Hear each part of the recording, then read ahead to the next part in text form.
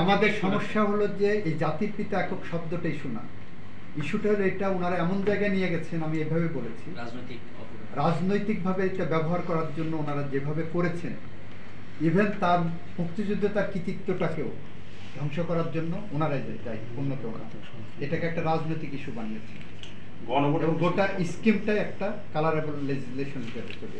7A নিয়ে আমার ইচ্ছা হলো 7 এটা করা হয়েছে এমন একটা স্কিমে, যেটা মাহমুদুল ইসলাম সাহেবের বইয়েও আছে,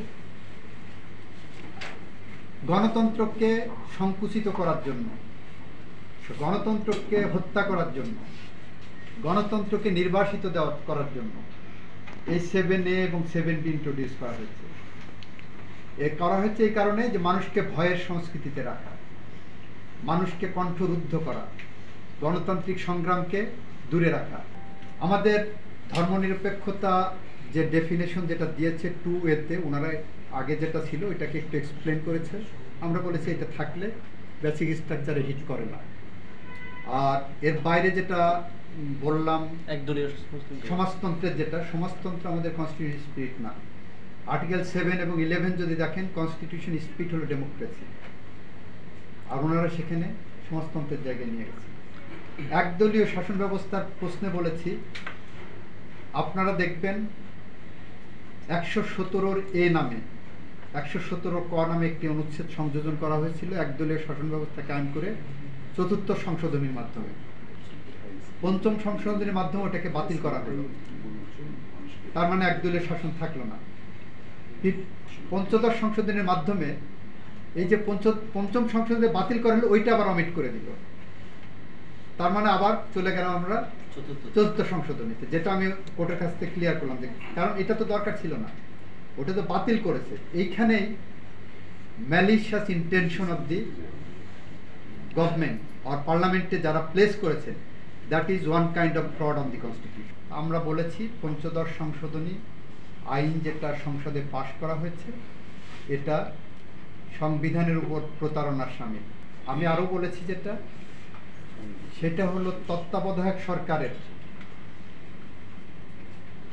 ব্যবস্থা যে বাতিল করা হয়েছে 5th সংশোধনীর মাধ্যমে, সেই বাতিলটা গণতন্ত্রের বুকে কুঠারাঘাত করা হয়েছে। এই বাতিলটা ইন্ডিপেন্ডেন্টলি করা হয়েছে, সুপ্রিম কোর্টের রায়ের জন্য অপেক্ষাও করেননি, রায়ের রেফারেন্সে ওই বাতিল করা হয়নি। সুতরাং ইন্ডিপেন্ডেন্টলি 5th সংশোধনী বাতিল, 5th সংশোধনীর মাধ্যমে তত্ত্বাবধায়ক ব্যবস্থা বিলোপ করা, এটা বাংলাদেশের মানুষের এবং সংবিধানের বুকে কুঠারাঘাত করা হয়েছে। এটা আমার সাবমিশন ছিল। আমি বলেছি 123 ধারায় সংসদ সদস্যদের বহাল রেখে নির্বাচন করে আবার সংসদ নির্বাচিত হবেন, সেইটা অবৈধ। এটা কনস্টিটিউশনের বেসিক স্ট্রাকচারের আঘাত করে, কারণ ডেমোক্রেটিক ফেয়ার প্র্যাকটিসের জায়গায় এটা নাই। আমরা বলেছি গণভোটটা হলো এমন একটা সিস্টেম, কোনো ইস্যুতে মৌলিক পরিবর্তনের ক্ষেত্রে জনগণের সাংবিধানিকভাবে সংবিধান সংশোধনের ক্ষেত্রে কথা বলার যে অধিকার, সেই অধিকারটা গণভোটের বিধান বিলোপ করে ওনারা কণ্ঠরুদ্ধ করেছেন। এইটা কনস্টিটিউশনের সুপ্রিমেসি অফ দি কনস্টিটিউশনের বাইরে। সংশোধনীর যে ধারাগুলো আমরা বলেছি, এর সব কিছুই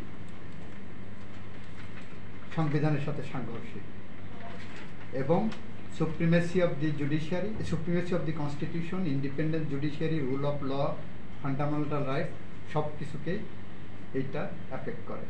এই কারণে আমরা বলেছি এগুলো আইনের বইয়ে থাকা উচিত না।